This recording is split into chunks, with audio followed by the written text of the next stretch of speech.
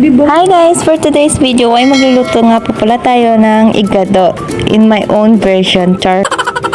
So guys, dahil mainit na ang ating kawali, naglagay na rin ako ng mantika. Tapos next na natin ang ating bawang. Ayan. Haluin lang natin ng konti. Huwag natin katulad sa ating kulay na maitim. So guys, sobrang happy ko sa part na yon. Hindi ko kalain na nailagay ko na nga ang ating sibuyas. Ayan, hinalo-halo ko na nga. At saka next na natin ang ating luya. Tapos konting halo-halo din hanggang sa mag-brown.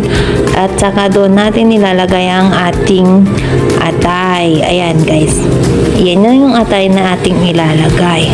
Guys, dahil nilagay na natin yung atay, ayan, ihalo lang natin ng konti.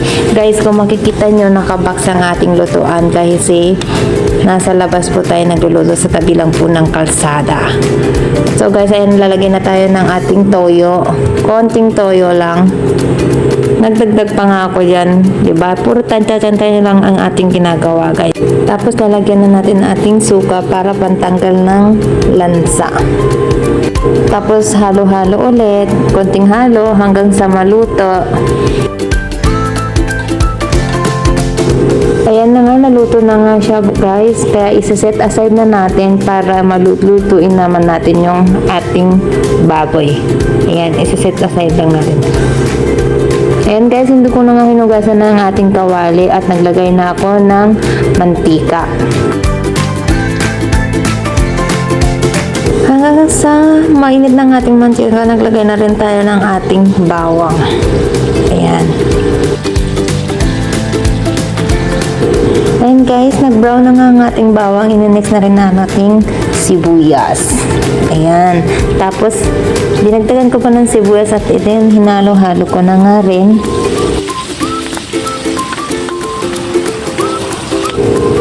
Tapos, next ko na ang ating luya. Ayan, naglagay ulit ako ng luya guys.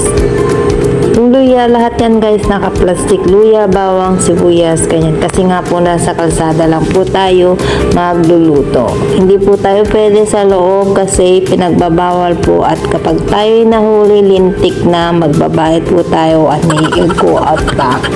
Kaya guys, para mas maigi, sa labas na lang po tayo. Ayan guys, yung bato, niluto ko na nga po pala dito. Sikretong malupit. Hindi ko na pinakita sa inyo. Ayan, ang pikit ng aking hiwa. Kung makikita nyo naman po ang pikit. Tapos halo-halo ulit tayo guys hanggang sa madurog. Joke lang. Hanggang sa medyo maluto talaga siya. Tapos, next na natin ang ating hiniwang baboy. Puro laman lang pala ang aking kinuha, guys. Hindi ako masyadong kumuha ng taba. Tapos, halo-halo ulit hanggang sa totaling madurog. Ay, hindi pala. Sa maghalo-halo lahat ng ingredients. Ayan na nga siya.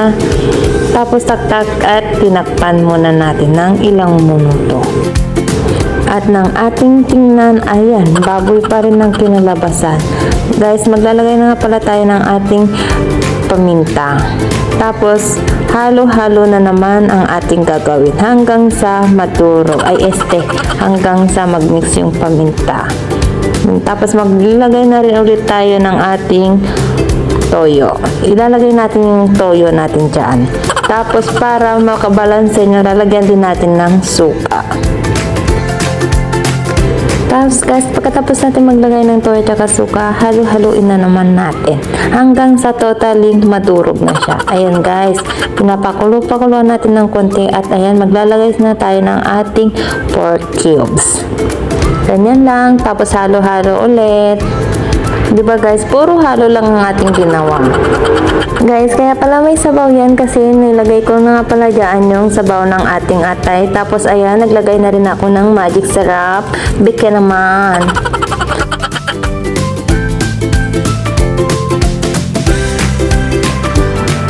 Tapos tayo maglalagay naman ng konting-konting asin lang. Ayan guys, lagay lang tayo ng konting-konti lang.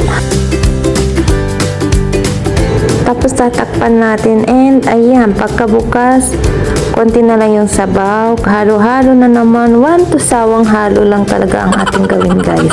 Ayan, guys, inilagay na nga natin ng ating atay, yung ating isinet aside kanina. And then, mix ulit. 1 to sawang halo lang ang ating gawin, guys.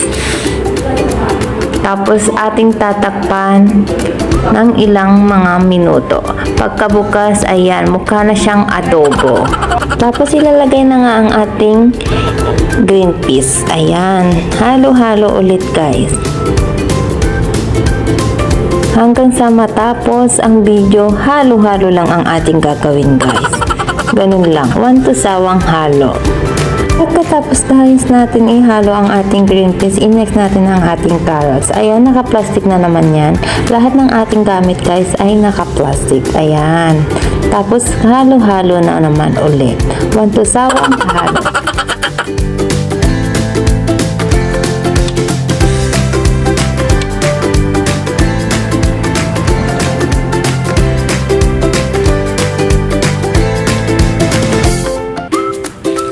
Guys, pagkatapos kong maghalo, nilagay ko ng ating red and yellow bell pepper para sa ating toppings. Ayan.